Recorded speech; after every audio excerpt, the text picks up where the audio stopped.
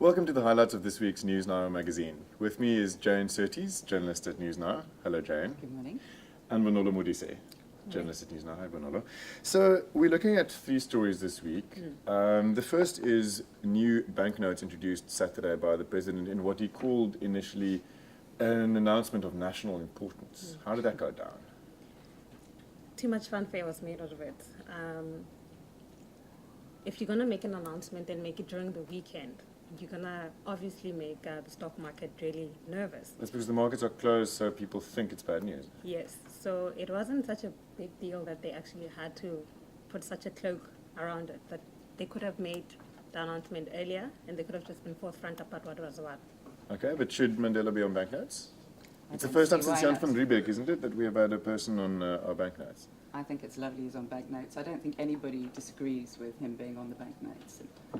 But it was the way it was done. It was the announcement. You do think that? You disagree with me there? I don't think everyone's necessarily excited about having him on the banknotes. I think it's just, are we trying to raid on his tailcoat again? What are we doing with it? Of course we are.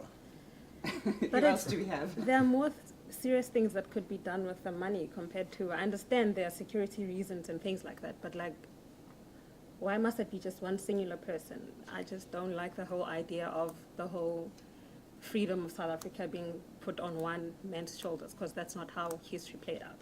Bonolo, if you don't win the money, you don't win the money. So we'll wait for it to Stick come. with the big five. When is it being introduced? Later this year, by the end of this year? I think so, yeah.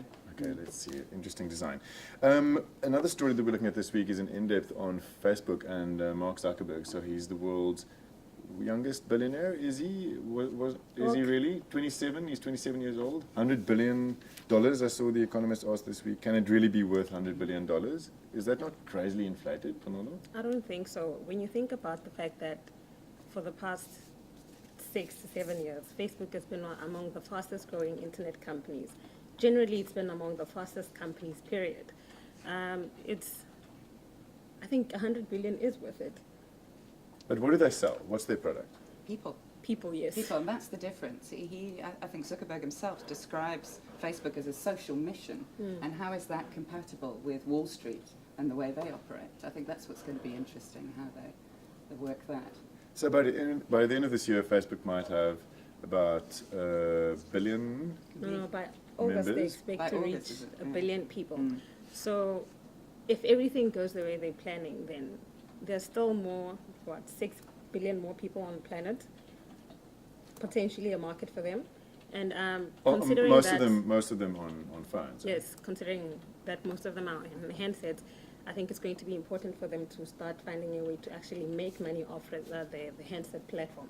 Because right now they're not making money off the 425 million that they have that access the platform through cell phones. In how many years will you be 27?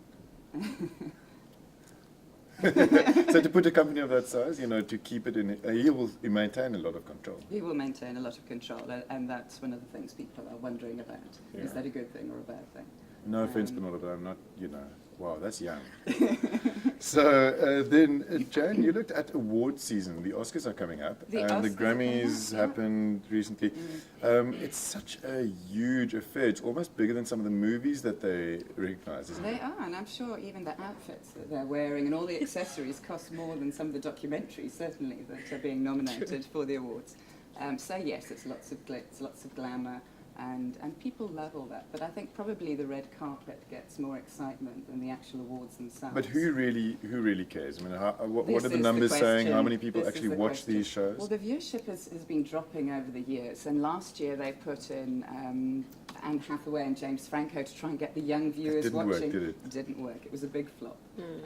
But part of the problem is that what they're nominating are movies that people haven't heard of even. This year, what is tipped This to year? win? The Best film, huge for example? movie is The Artist, which is black and white and silent. Do people really want that? We'll see. Yeah, But I've won everything so far.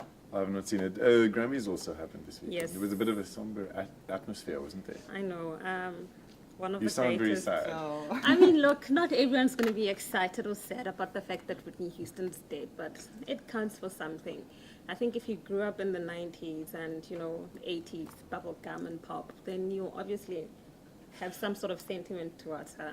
Why do we forgive the big stars everything they do? Well, when you die, you can't come back. That's the thing. And you don't have a second chance to actually go back and fix things. So I think people need to sort of settle and say, you know, okay, she's a has-been, we get it, but it still counts for something. She did a lot. There were some very rough cartoons showing her and the drugs, you know, Yeah. Whitney's last hit, and some of them were not published. Should we revere the dead, or should we? I be don't honest? think we should revere the dead. But you know, let them rest in peace. Yeah. But there's no need to. Yeah, revere I mean, the at a dead. point Well, like You wanna I give know us a what it was. rendition It was a public, of- No, certainly not. Thank Yeah? you. You're not comfortable with that? I'm not comfortable with that. There are limits. Well, we went onto the streets of the city to ask some of you what you think of award season and whether you'll watch the Oscars this year. This is what you had to say. I personally thoroughly enjoy watching it. I don't have TV. Well, my TV just broke. Finally have my own place so I can watch in peace without anyone distracting me. I love looking at all the dresses, all the like red carpet things. I don't even know when the Oscars is on. Oscars, sometimes I do watch them. If one of my favorite actors or actress has been nominated. My best part about it is basically watching the dresses. I absolutely love it. NewsNow, the magazine for busy people, on sale now.